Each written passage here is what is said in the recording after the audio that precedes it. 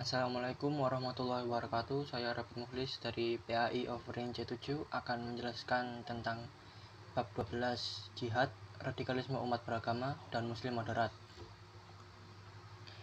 Pada bab 12 ini, kompetensi dasar yang diharapkan dapat diperoleh adalah memahami dan meyakini secara benar konsep jihad dan radikalisme, agama, serta berperilaku sebagai muslim moderat.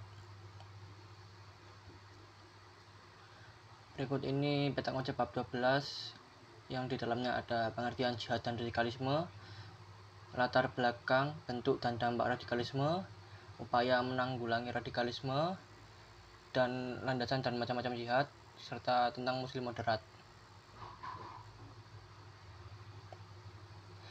Untuk pengertian jihad dan radikalisme, jihad adalah perjuangan yang dilakukan oleh individu muslim maupun kelompok Islam dalam menyiarkan agama Islam, dan perjuangan-perjuangan lain yang lebih luas seperti perjuangan di bidang pendidikan, kesehatan, moral, ekonomi, sosial, budaya, politik, keamanan, hak dan kewajiban, lapangan pekerjaan, dan lain-lain dengan segenap kemampuan yang dimiliki.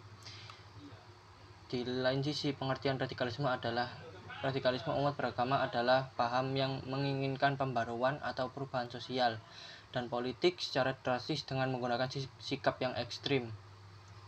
Radikalisme bukan ciri ajaran Islam karena Islam dalam menyiarkan agama menggunakan cara bil hikmah atau bijaksana, tutur kata yang santun, dan menggunakan cara berdebat yang dilandasi saling hormat-menghormati.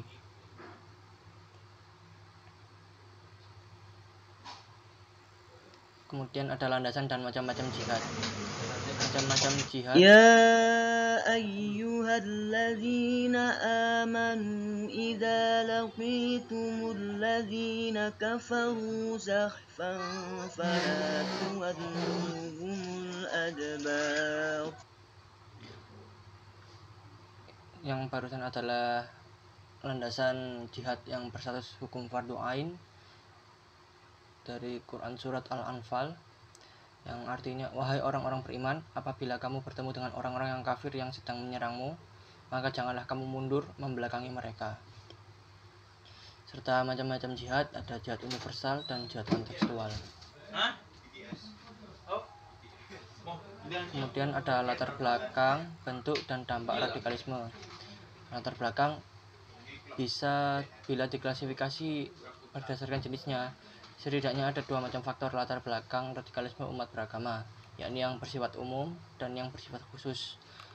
Latar belakang yang bersifat umum adalah bahwa di lingkungan umat beragama jenis agamanya selalu terdapat kelompok fundamentalis, minoritas, militan, ekstrim, dan radikal. Bentuk radikalisme umat beragama ada beberapa jenis, yaitu aksi teror, membunuh diri, saling menyerang, aksi kekerasan, intimidasi, perlawanan terhadap pemerintahan, dan lain-lain. Dampak radikalisme umat beragama mengakibatkan terjadinya error dan kekerasan, bahkan menimbulkan konflik dan peperangan secara horizontal dan vertikal, apalagi jika yang terlibat berasal dari kelompok agama yang berbeda. Upaya untuk menanggulangi radikalisme ada 5 macam, yaitu perubahan sikap dan pandangan dari negara-negara barat terhadap negara-negara muslim di dunia, lalu mengurangi dan menghapuskan kesenjangan sosial, ekonomi, politik, pendidikan, dan kebudayaan di tingkat nasional, regional, dan internasional. Mungkin yang ini yang paling susah. Kemudian ada reorientasi pemahaman agama yang tekstual, rigid dan sempit menjadi pemahaman yang kontekstual, fleksibel dan terbuka. Kemudian melakukan modernisasi kehidupan umat secara selektif, serta menanamkan kesadaran setuju untuk tidak setuju dalam menyikapi pluralisme sosial, budaya, agama yang berkembang di tengah-tengah masyarakat dan bangsa.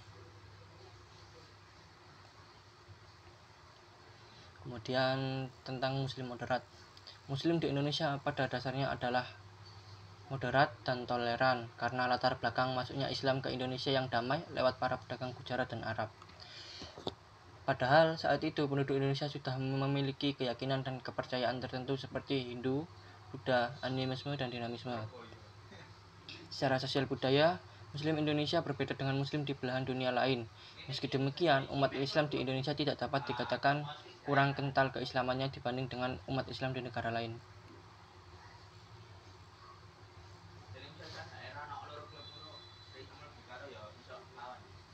Kesimpulan dari bab 12 ini adalah jihad, radikalisme umat beragama dan muslim moderat adalah hal yang sedang dihadapi umat muslim saat ini.